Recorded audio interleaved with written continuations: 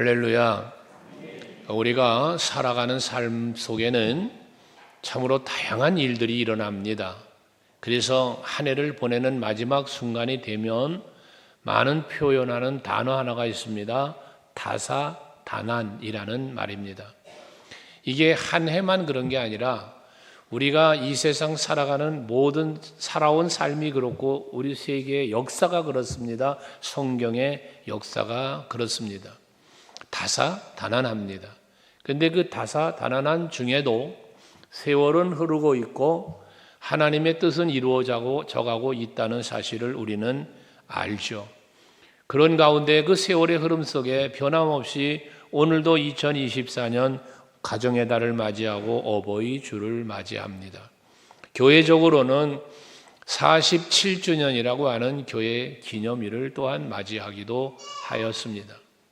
이제 우리가 이처럼 지나온 날들을 돌아보게 될 때에 어렵고 힘든 일들도 많이 있었지만 육체적으로는 부모님의 은혜로, 영적으로는 하나님의 은혜로 우리가 오늘을 살고 있음을 고백할 수 있습니다.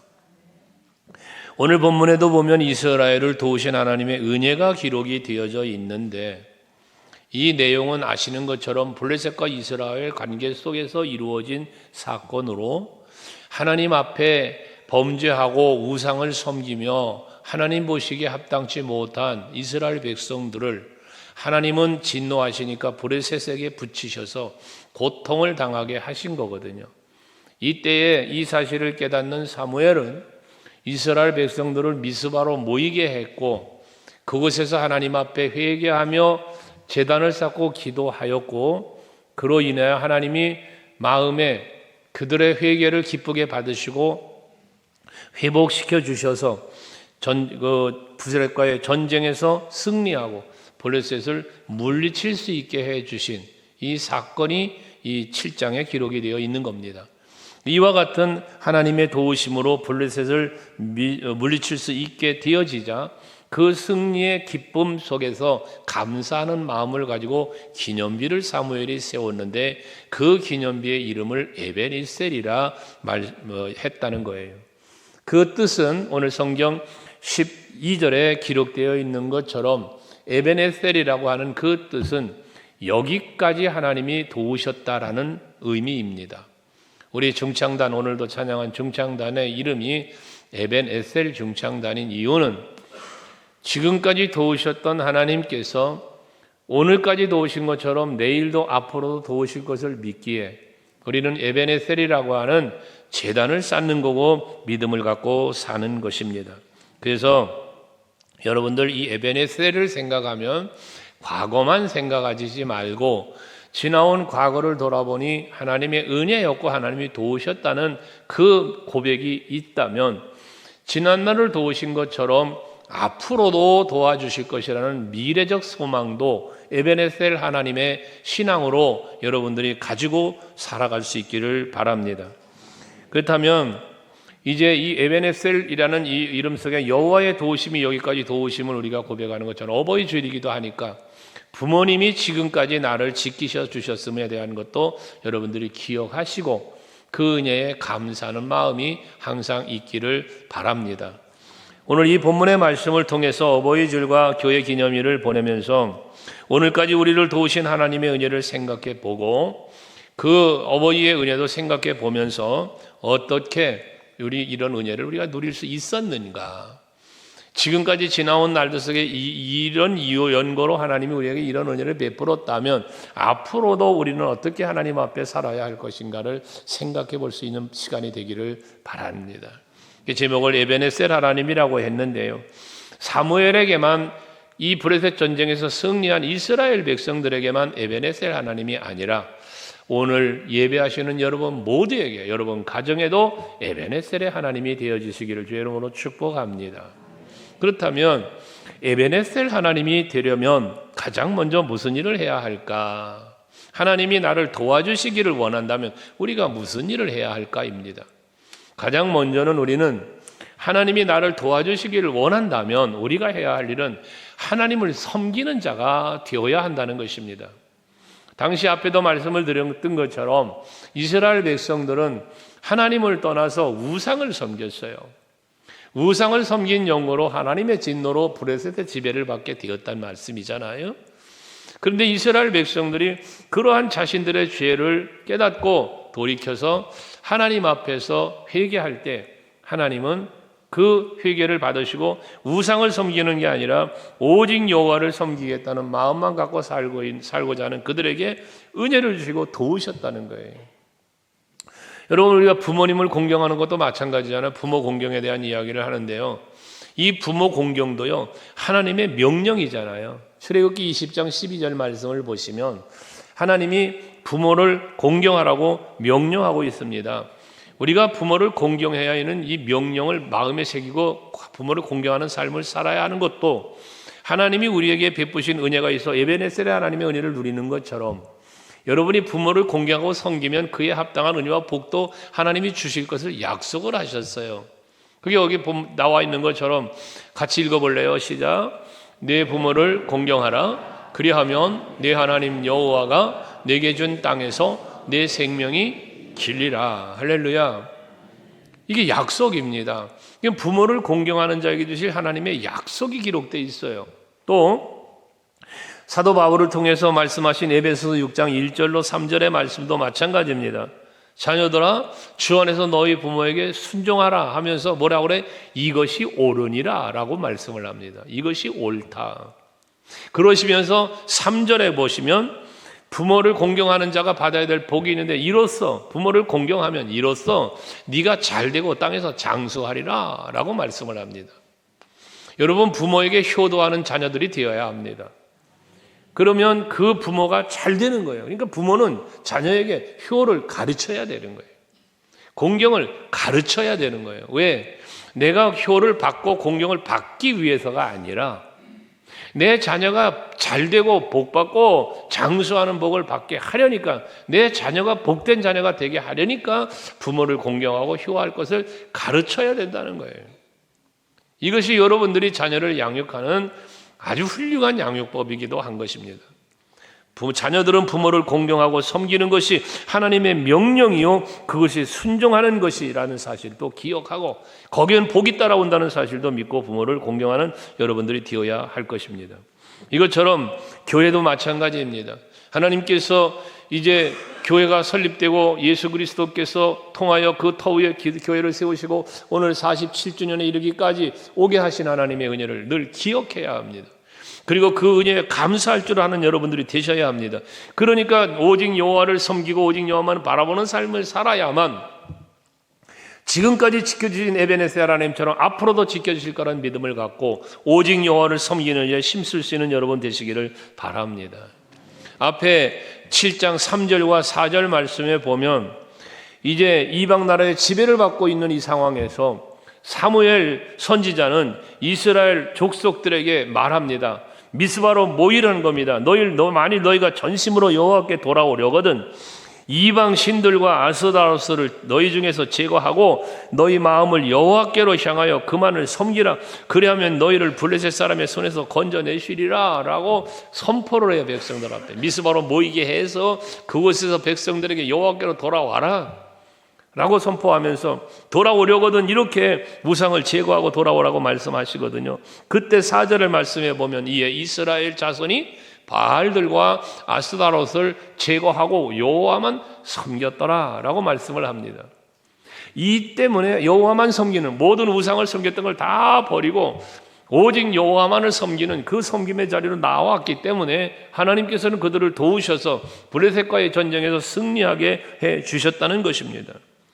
흩어졌던 이스라엘 백성들의 마음이 이제 이 미스바에 모여서 하나 되었습니다. 여호와를 섬기는 마음으로 하나가 되었다는 것입니다.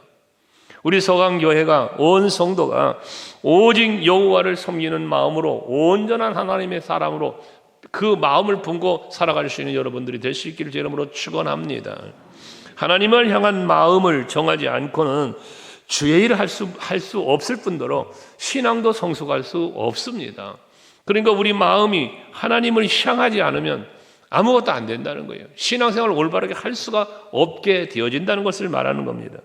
그래서 여호와를 섬기는 삶을 살기 위해서는 제일 먼저 해야 될 일이 뭐냐? 우상을 제거하는 일인데, 그렇다면 우상이 무엇냐라고 말하는 하나의 형상만 우상이 아니라, 사도 바울은 골로새서 3장에서 모든 탐심이 우상 숭배라고 했습니다. 성경의 모든 기록을 토대로 볼 때 우상은 하나님보다 더 사랑하는 것이 다 우상에 해당됩니다. 하나님보다 더 소중히 여기고 하나님보다 더 섬기는 것들이 있다면 그것이 전부 다 여러분의 우상이 될 수 있는 것입니다. 그러므로 오직 여호와를 섬기겠다는, 그래서 에베네셀의 하나님의 은혜를 누리고 살고 싶다면 여러분들이 해야 될 제일 첫 번째 일, 우상을 섬기지 않는 것이라는 거예요. 우상을 섬기지 않으려니까 어떻게 돼? 우상을 제거하는 일을 해야 된다는 거예요. 야곱이 창세기 35장에 보면 베델로 올라가라는 하나님의 말씀을 받잖아요. 베델에서 하나님 앞에 제단을 쌓겠다고 약속을 했던 이 야곱이 그만 그 약속을 지키지 않고 세겜 땅에서 살고 있었지 않았습니까? 딸 딥나는 강간을 당하고 아들들은 가서 그 족속들을 할례를 행하게 해놓고 죽이고 막 이런 일이 벌어지는 상황까지 이르를 뒤에 너 베델로 올라가라고 하나님의 명령을 받죠. 그때 명령을 받은 이 야곱이 창세기 35장 2절 말씀에 보면 야곱이 한 일입니다. 베델로 올라가기 전에 한 일, 그 일이 무엇입니까? 자기들의 식솔들에게 야곱이 선포하는 거예요. 이 함께하고 있는 사람들 앞에 선포하기를, 너희 중에 있는 이방 신상들을 버리고, 이게 첫 번째 일입니다. 너희 중에 있는 이방 신상을 버려라. 뭐 자기가 사랑했던 라헬이라고 하는 여인도 자기 아버지의 가신상을 가지고 나온 여인이었지 않습니까? 그렇다면 그 목숨 걸고 가지고 나왔던 그 가신상 가지고 있었을 것 아니겠어요? 버리라는 거예요. 그 모든 우상들을 다 버리고, 이방 신상 다 버리고 자신을 정결하게 하고 너희 의복도 갈아입어라. 이 의복에 대해서는 여러분 성도들의 삶이라고 그랬죠. 그 삶의 패턴이 바뀌어야 된다는 거예요. 여호와를 섬기려니까, 베델로 올라가 여호와 앞에 제단 쌓고 예배를 드리려니까 이러한 변화를 가지고 정결한 모습을 가지고 하나님 앞에 나아가야 될 걸 말씀한 거예요. 이것처럼 여러분들이 오직 여호와를 섬기고 여호와를 경외하면서 살아가야만 에베네셀의 축복을 받는다면 내가 제일 먼저 할 일, 이 우상을 내 마음속에서 제거시키고 여러분 삶의 현장에서도 우상을 섬기는 듯한 하나님보다 더 사랑하는 것들을 하나씩 둘씩 자꾸 제거해 가는 거예요. 그래야 오직 여호와를 섬기는 삶의 자리로 나아가게 된다는 말씀입니다. 우리가 잘 아는 시스기야 왕도요, 열왕기하 18장 4절 말씀에 보면 그가 왕위에 오르자마자 제일 먼저 한 일이 무엇인가? 역시 마찬가지입니다. 종교개혁을 하는 거예요. 우상을 제거하는 일을 먼저 했습니다. 그래서 산당을 제거하고 또 주상을 깨뜨리고 아세라 목상을 찍고 모세가 만들었던 놋뱀을 그때까지 백성들이 섬기고 있으니까 그걸 다 때려 부셔놓고 누수다냐? 이건 놋덩어리에 불과해 라고 말을 했다는 거예요. 이렇게 백성들의 삶의 현장에 우상으로 득세하고 있던 이 시대를 시스기야 왕은 개혁을 한 겁니다. 이번 교회 설립기념주일을 맞이해서 우리 서강교회 성도 여러분들도 혹여나 하나님보다 더 사랑하거나 하나님보다 더 소중히 여기거나 하나님보다 더 의지하고 있는 것이 있다면 그것이 곧 우상이니 이것을 여러분들에게서 버리고 멀리하고 오직 여호와만을 섬길 수 있는 여러분들이 되시기를 주의 이름으로 축원합니다. 그리할 때 그 마음을 아시는 하나님께서, 그 삶을 지켜보시는 하나님께서 여러분들에게 오늘도 에베네셀의 하나님이 되실 것이요 내일도 에베네셀의 하나님이 되어 주실 것입니다. 하나님은 자기에게 향한 백성을 언제나 사랑하시고 언제나 은혜 베푸시며 지켜주시는 분이라는 이 사실을 여러분이 깨닫고 믿고 사시기를 바라요.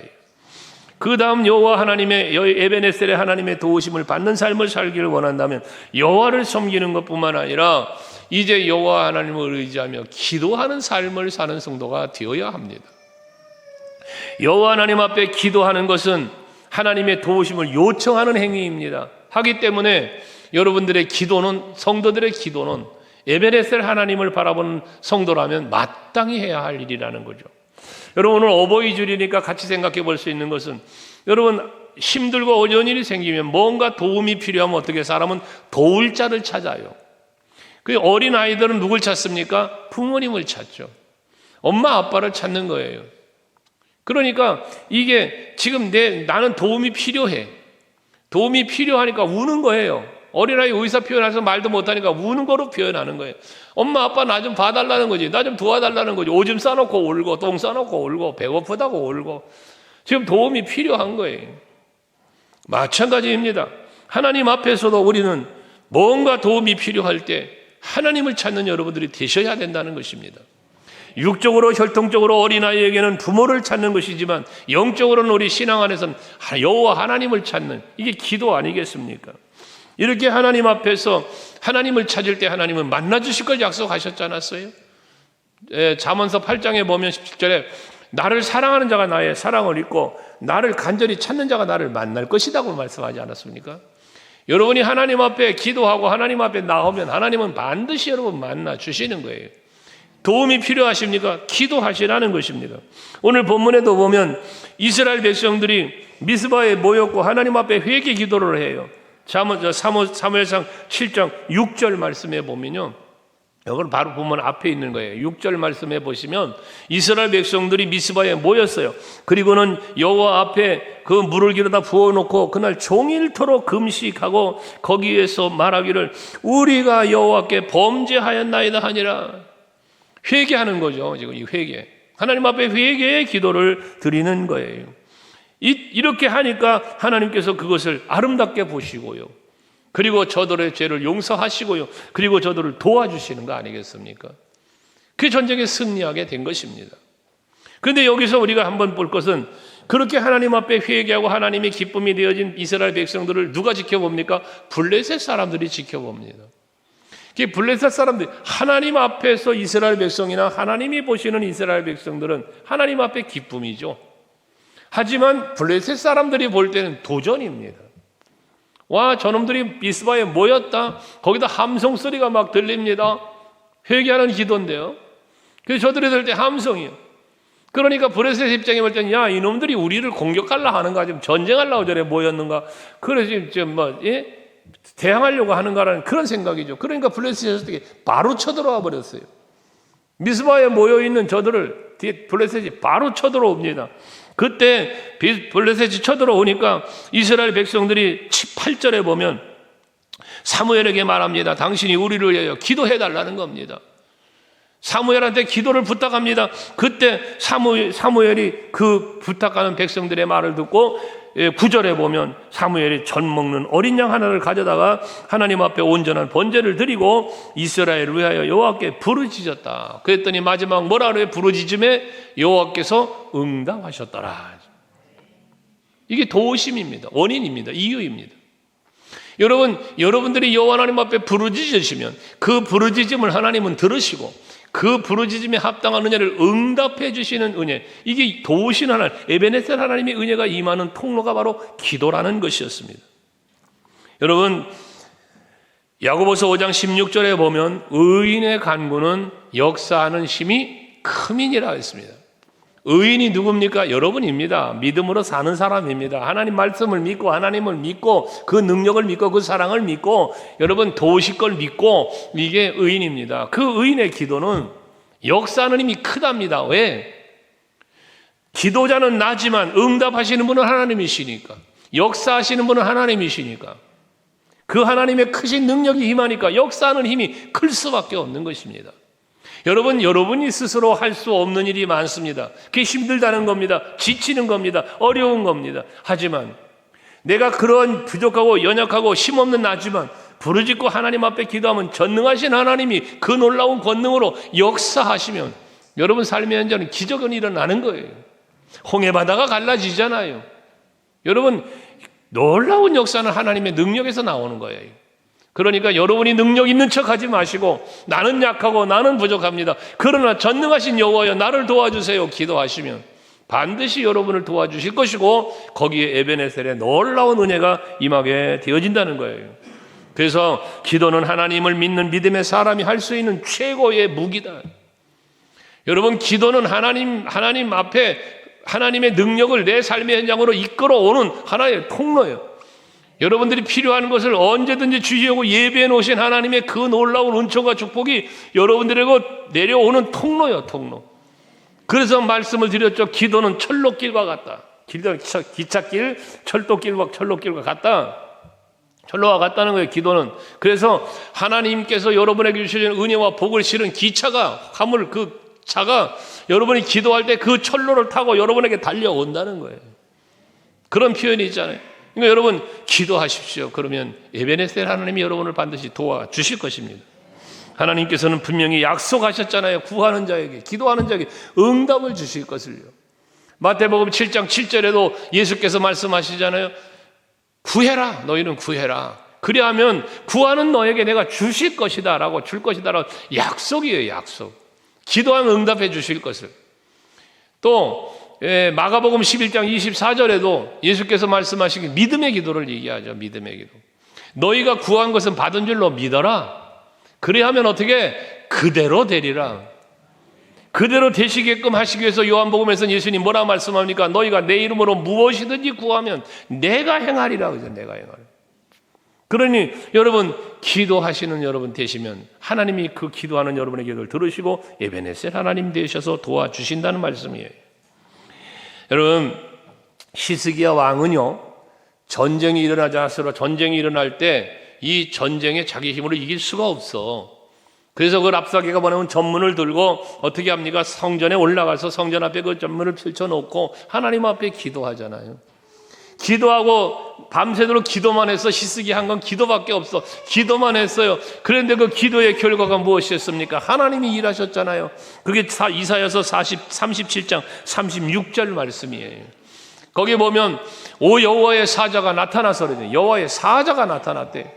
히스기야 왕이 기도하니까 여호와의 사자가 나타나. 그래서 아수르의 진중에 18만 5천 명이나 되는 사람들, 그 여호와의 사자들이 다 쳤어요. 마지막에 보니까 어떻게 일어나 보니까 시체뿐이더라. 자기를 공격하고 그렇게 조롱하면서 위협했던 그 모든 사람들이 18만 5천이라는 사람이 다 죽었어요. 완벽한 문제의 해결이죠. 방법은 뭐였다고요? 기도였습니다. 기도. 그 후에 히스기야 왕은 병들어 죽게 생겼어요. 이사야 선지자를 통하여 병들어 죽는다는 이야기를 들어요. 그때 히스기야 왕은 역시 하나님 앞에 나가 기도하죠. 내가 하나님 앞에 어떻게 살았는지 아시잖아요. 내가 정직했잖아요. 진실했잖아요. 성실했잖아요. 하면서 하나님 앞에 때를 쓰며 기도하죠. 그때 하나님의 응답으로 그런 치료를 받아요. 이사야서 38장 5절이에요. 거기 보면 말씀하잖아요. 히스기야에게 그 기도하는, 병 고쳐달라고 기도하는 히스기야에게 말씀하시는 거예요. 내 조상 다윗의 하나님 여호와께서 이같이 말씀하시기를 내가 내 기도를 뭐해? 들었고 내 눈물을 뭐했어요? 보았노라. 내가 내 수한을 15년을 더하고 말씀합니다. 기도로 그 병들어 죽을 것이 죽지 않고 15년의 인생을 더 살게 되었다는 거예요. 여러분 기도는 하나님의 능력을 내 삶의 현장으로 이끌어 오니까 그 기도로 말미암아 하나님의 응답하시고 도우시는 은혜로 말미암아 모든 문제가 다 해결되어진다는 것 아니겠어요? 다니엘 같은 경우 사자굴에 던져지지만 세상에 엄한 명령을 알고도 기도했다고 다니엘서 6장 10절은 말하는데 뒤에 23절에 보면 그 기도의 결과가 나와요. 다니엘서 6장 23절에 보면 다니엘의 기도를 들은 하나님께서 뭐예요? 천사들을 그들에게 보냈다. 천사들을. 그래서 천사들을 그들에게 보내서 다니엘에 들어가 있는 사자굴 안에서 사자들의 입을 봉해버렸다는 거예요, 하나님이. 그러니까 사자들이 감히 이 다니엘을 해할 수 없도록 하나님께서 역사해 주시는 놀라운 은혜를 경험하는 것 아니겠습니까? 여러분, 모세의 기도는 홍해바다를 갈랐고요. 이게 하나님의 기도하는 자에게 주시는 응답의 역사 아니겠습니까? 그렇다면 여러분 기도하셔야죠. 아무런 문제가 없고 하나님의 도움이 필요 없는 사람이라면 기도 안 해도 되겠죠. 그러나 이 시대를 살고 있는 처음에 말씀드린 다사다난한 이러한 삶의 역사 속에 우리가 살아가고 있는 지금 이때에 기도하지 않아도 될 사람이 과연 있을까요? 개인의 문제, 질병의 문제, 물질 문제, 가정 문제, 자녀 문제, 얼마나 기도할 일들이 많아요. 기도할 수 있는 여러분들이 되셔야 돼요. 거기 하나님의 도우심의 역사가 있습니다. 시편 50편 15절 같이 읽어보십시다. 여러분 다 암송하시는 말씀인데요. 같이 시작. 환난 날에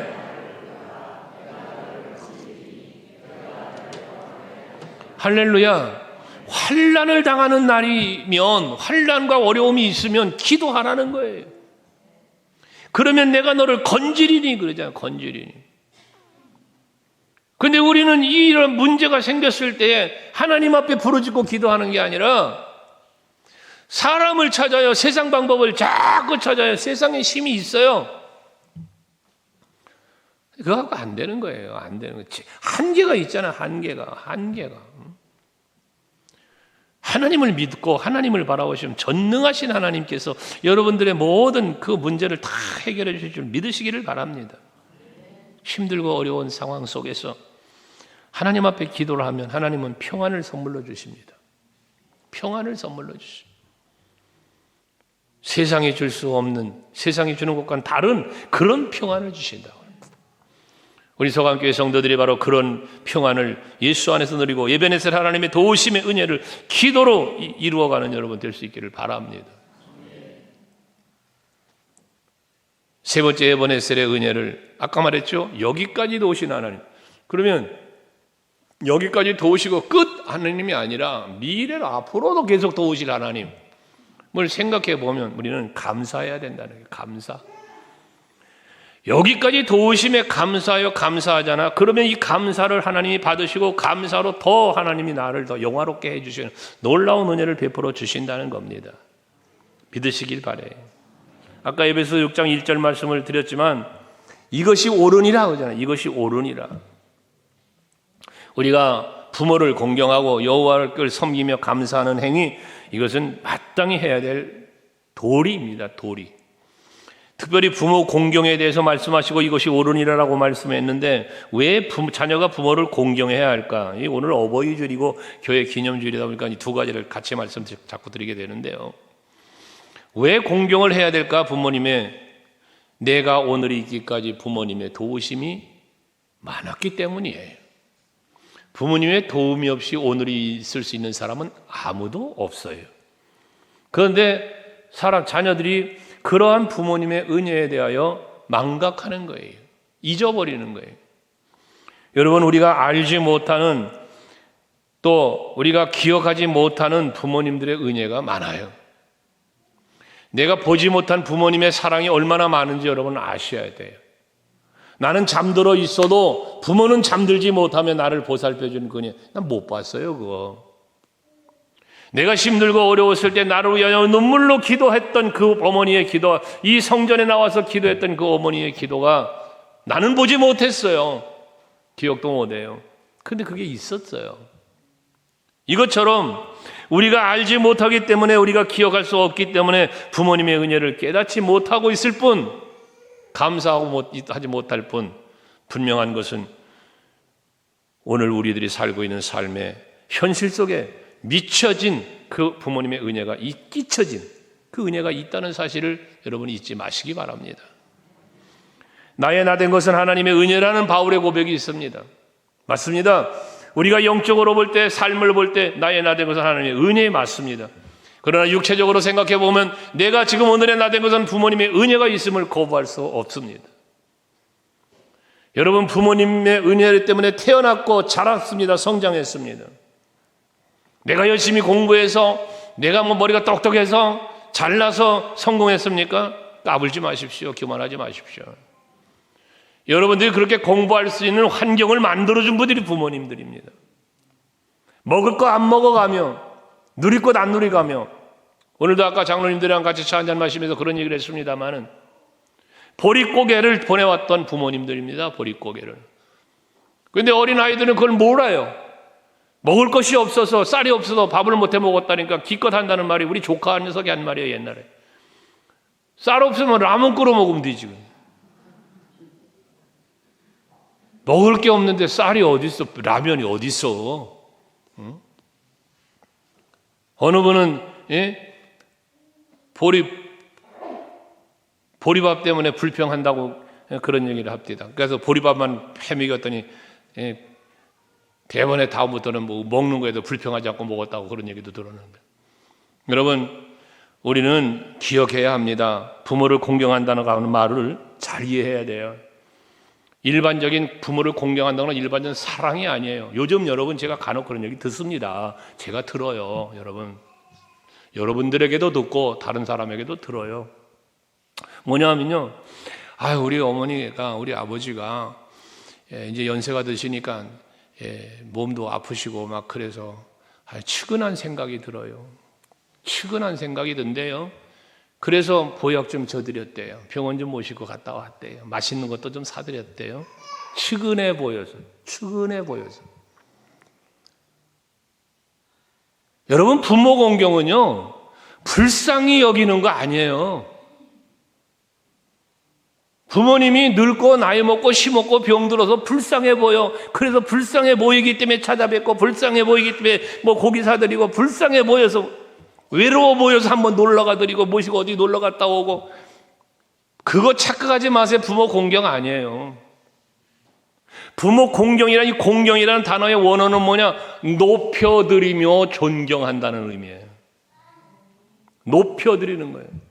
여러분, 부모들이 비록 지금은 찌그러들었고 뭐 약하고 힘없고 뭐 여러분들 화려한 옷 사입혀도 부모는 바지저고, 우리 어머니가 그랬다 그랬잖아요. 그 뭐라고 돼야, 그 무슨 뭐라고 이름 대는 사람, 몸빼 바지라는 거.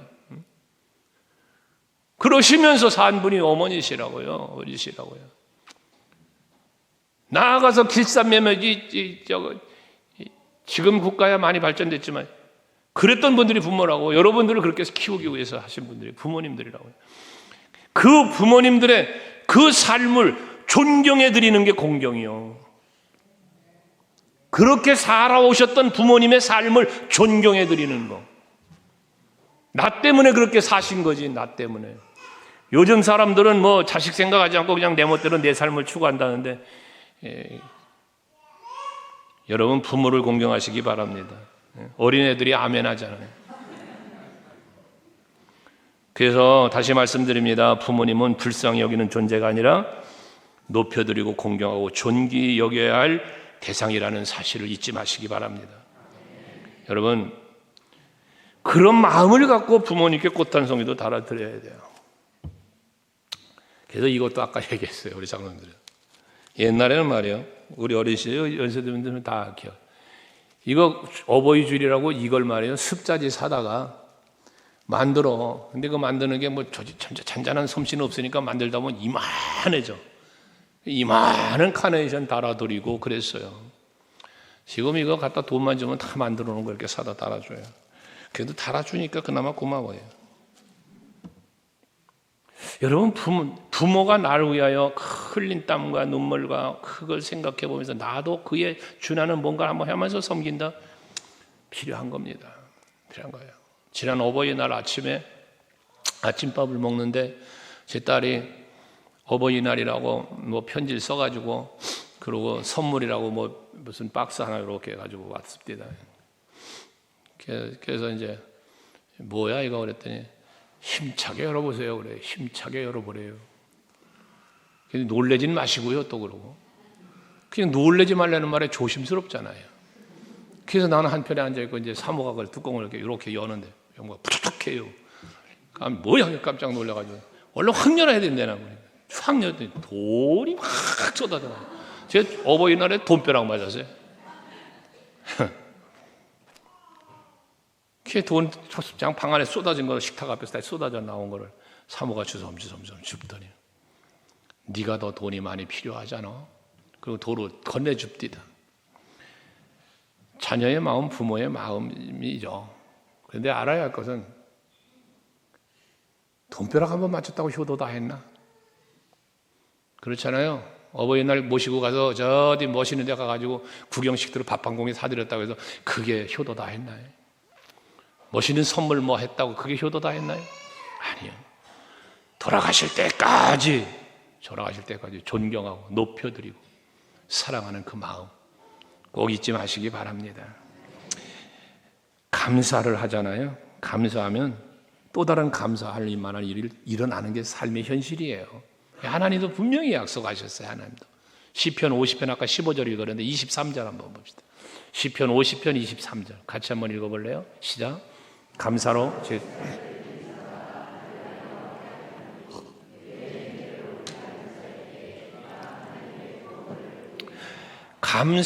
감사의 제사를 드렸더니 하나님이 영광을 받으신 거야. 하나님 영화롭게 했대요. 그런데 그거로 그럼 끝이냐? 아니란 말이에요. 그 행위를 옳게 하는 자에게는 내가 하나님의 구원을 보이리라. 여러분,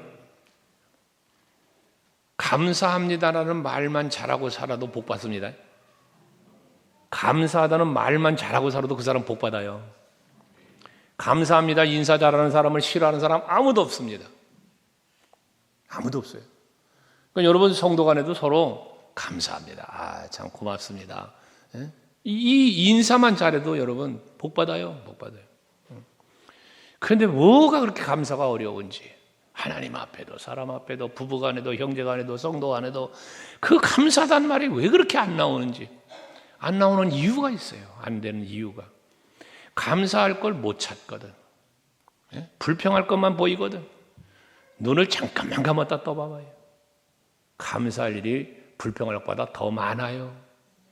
부모를 바라봐도, 부부간에 바라봐도, 형제를 바라봐도, 교회를 바라봐도 불평할 것보다 감사할 일이 더 많아요. 근데 이 못된 눈이 감사는 보지 못하고 자꾸 불평만 보게 만들어요. 왜? 악의 영의 콩깍지가 씌워지니까 그런 거예요. 악의 영의 콩깍지가. 그거 걷어버리고 성령의 콩깍지가 끼워지시기 바랍니다. 하나님 앞에 사무엘이 기도하니까 이스라엘 승리하게 됐죠. 에베네셀에 기념비를 세웠어요. 여러분, 이건 하나님께 감사하는 행위였다. 하나님께 감사하는 행위. 그러니까 그 이후로 어떻게 됐어요? 사무엘이 사는 날 동안에, 성경의 기록이잖아요. 사무엘이 사는 날 동안에 하나님께서 뭐에 13절이죠. 13절 보시니까 사무엘이 사는 날 동안에 블레셋 사람을 막으심에, 블레셋 사람이 이스라엘에게 빼앗았던 성읍이 그 에그론부터 가드까지 다 회복이 되었다. 이스라엘 사는 날 동안에 이게 뭐예요? 에베네셀, 여기까지를 감사했더니 이후에 미래의 모든 삶을 다 에베네셀에 주셨다는 거예요. 오늘 예배하신 우리 서강교회 성도 여러분에게도 이런 복이 있기를 주 이름으로 축원합니다. 지금까지 도우셨던 하나님, 앞으로도 도와주시는 은혜, 그래서 행복한 가정, 행복한 교회, 하나님의 영광을 크게 드러내는 우리 모두가 될 수 있기를 주 이름으로 축원합니다. 기도하겠습니다.